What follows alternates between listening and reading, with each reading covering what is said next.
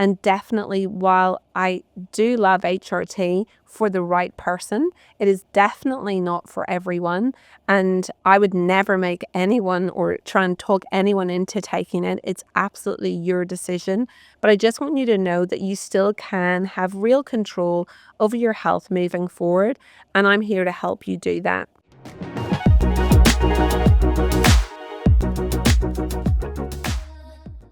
So today's episode is one for the women out there who can't or don't want to take hormone replacement therapy.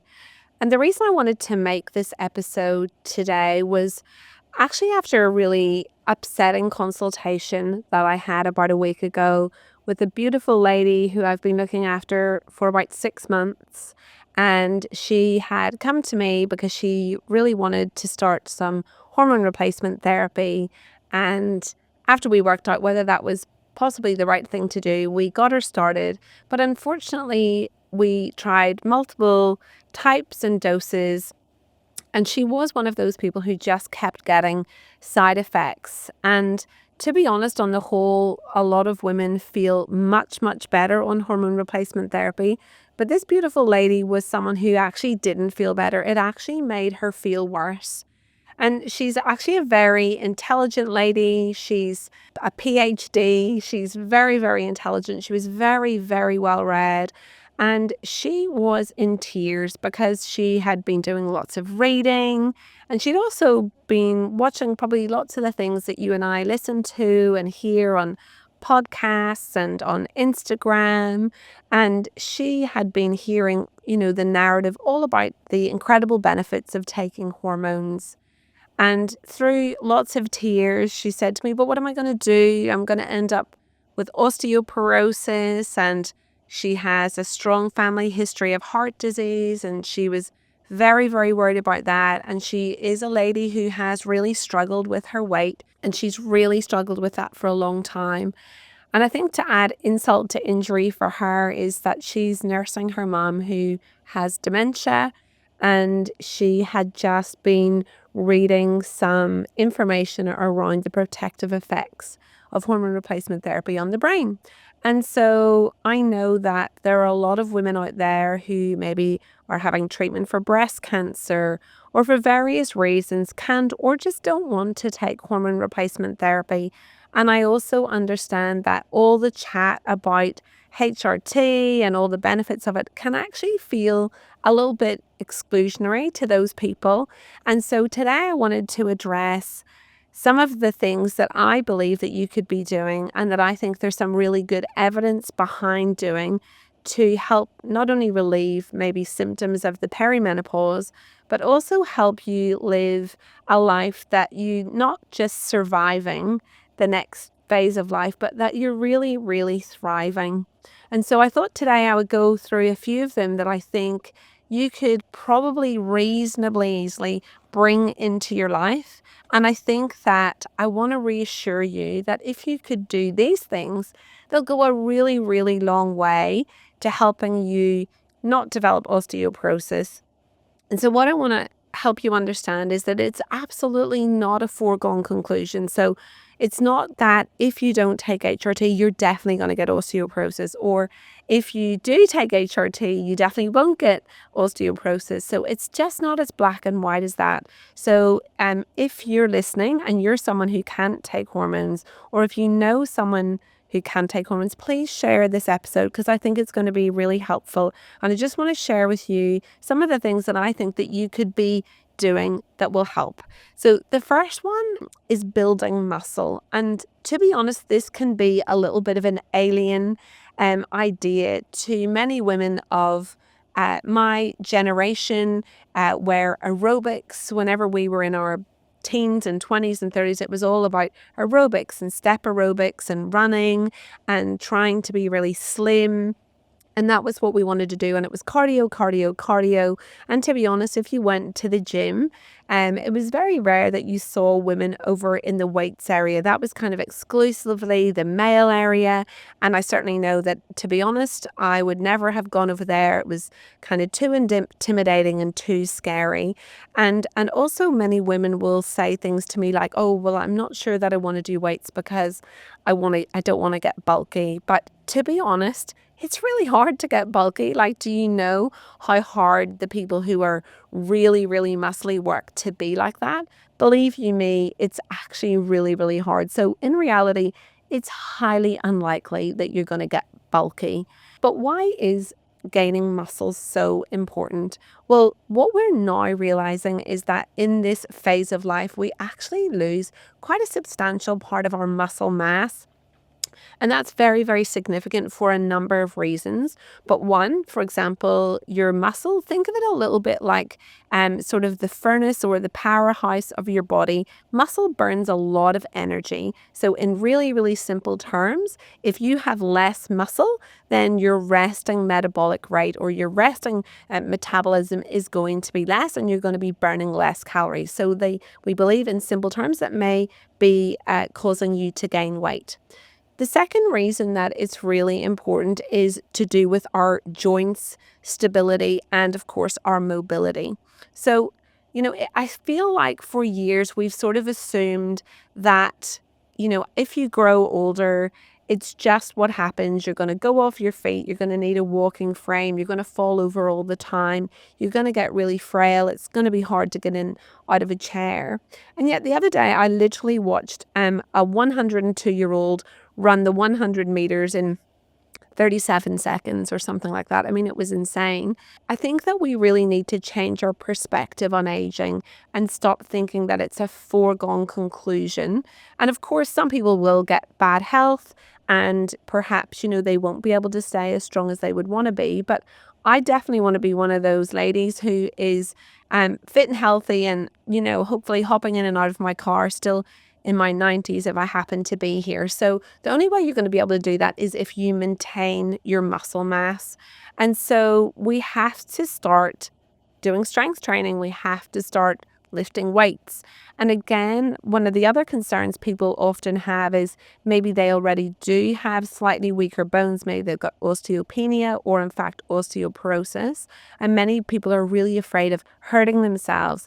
But in reality, in a safe and supervised environment, you're absolutely the people who should be doing strengthening exercises. You definitely need to be putting weight and strength through those muscles and bones to make them build up.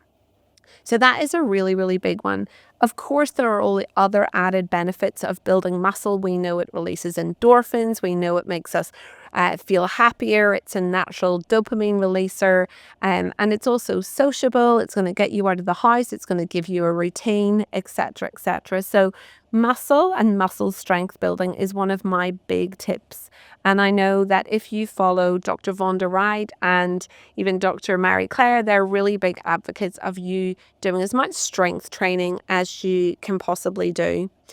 The next thing that's really, really important is optimizing your sleep.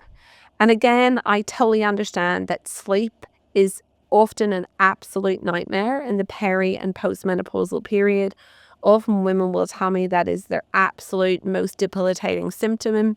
Sometimes it is because of hot flushes, but for a lot of people, it is literally just that they cannot stay asleep. So they often fall asleep, not too bad, but they get to maybe 1 or 2 in the morning and they are wide awake, sometimes with their mind racing, sometimes feeling really, really anxious, but other times there's actually no reason. They're literally just lying there. And of course, there's nothing worse than being awake during the night. But getting your sleep under control is so important for so many things. So for example, we know that if you're not sleeping well, your body gets very, very stressed. You get higher cortisol levels.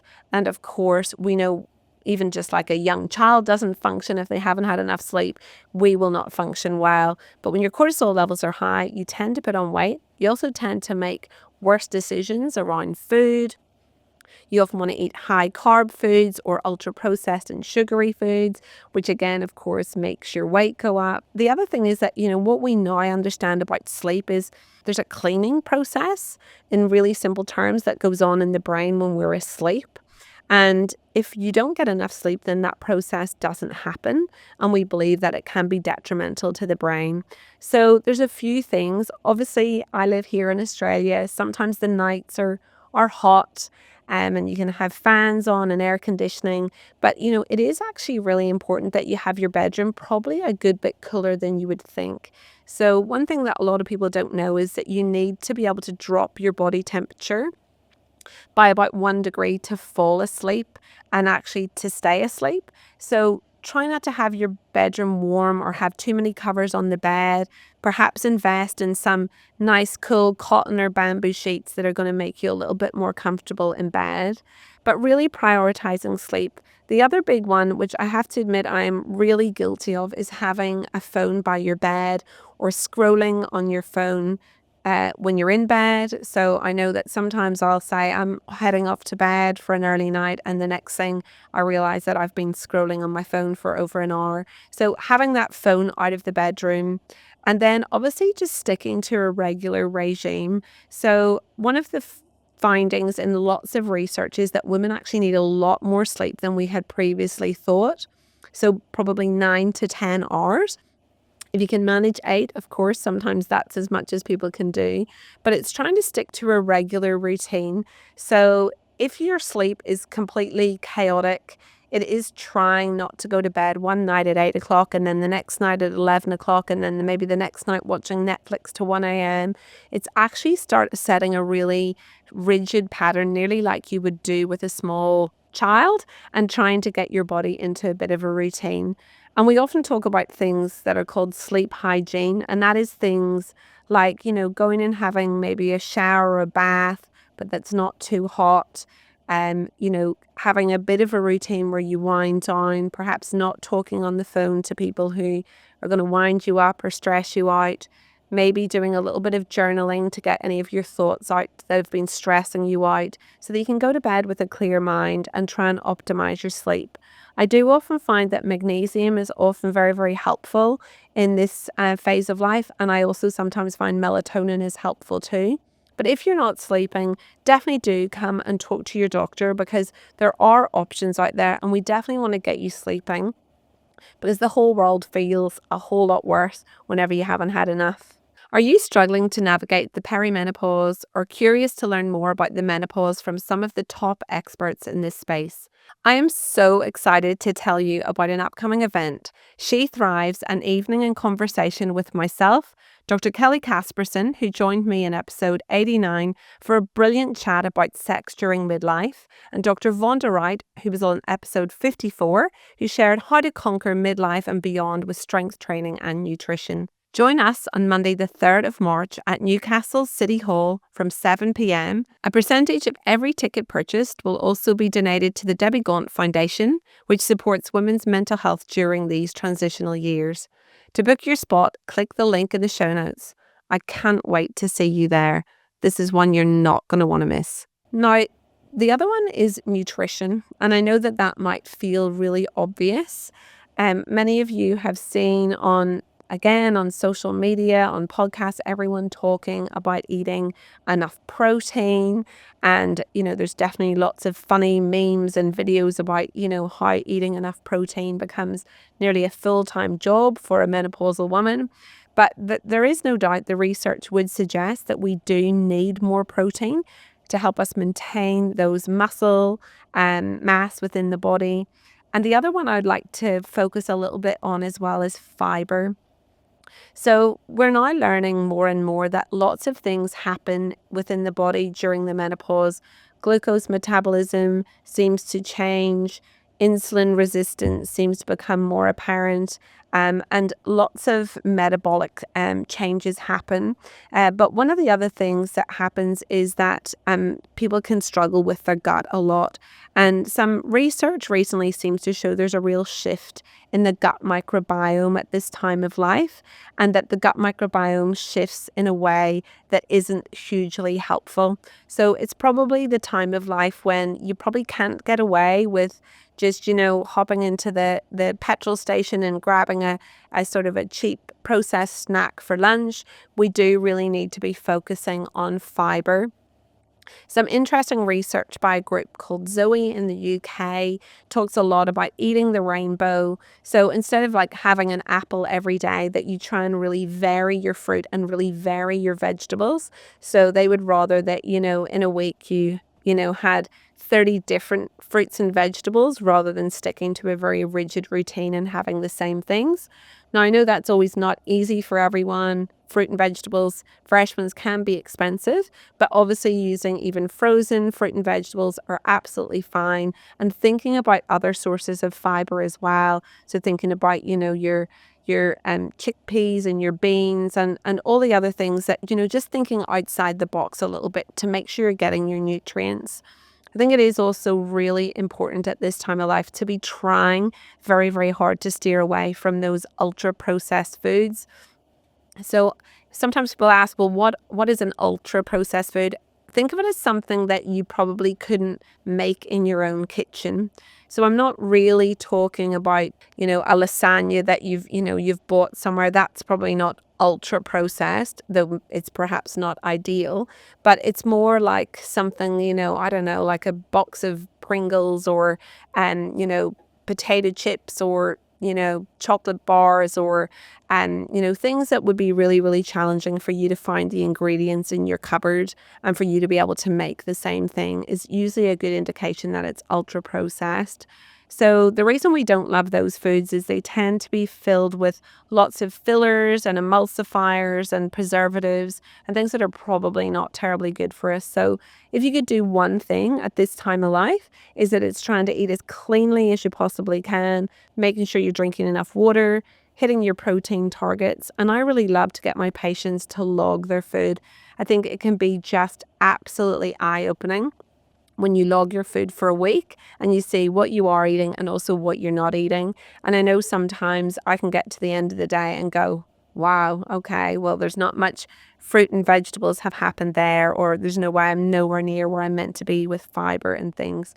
So again, this is definitely something that you could really work on. Now, another suggestion, and I know this might not be classically popular, but alcohol is definitely an issue. I have so many women who tell me a few things around alcohol and peri and postmenopause.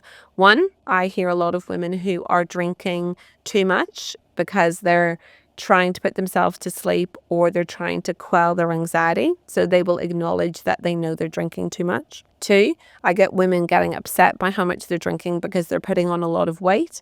And then to counteract that, they don't eat during the day because they're worried about the calories that they're drinking at night in terms of alcohol. So then they're not having any nutrients during the day and we get stuck in a vicious circle. But the other thing with alcohol, so many women tell me now, is that if they drink alcohol, they're often awake most of the night, or if they do get to sleep, they're having really vivid, scary dreams that constantly wake them up. And so what we're beginning to understand, and some preliminary research is suggesting, is that we just don't seem to metabolize alcohol as well.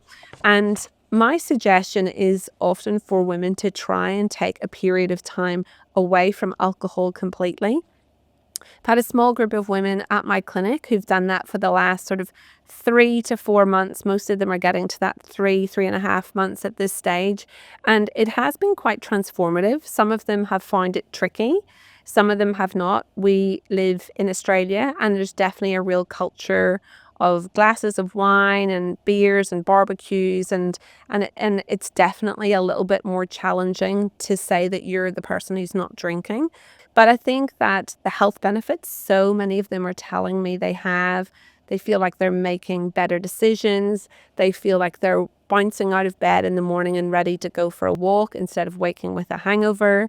And so many of them have lost weight. So it's of course hard to know, have they lost weight because they're drinking less, or have they lost weight because they're now just making better decisions? I would say it's probably a bit of both, but it's definitely making a difference. So I would love to challenge you to give that one a go. I think it does actually work. And one of the things that has really come out recently, the Surgeon General, who's kind of the chief doctor in America, has been talking about this a lot in the last 2 weeks. So he would like to see alcohol have the same type of warnings that cigarettes had put on them years ago. So, those stickers that they now have on cigarettes that say smoking kills and smoking causes cancer. Well, in reality, we know that actually alcohol increases the risk of a lot of cancers. And one of the ones that does strike fear into the heart of many women is breast cancer.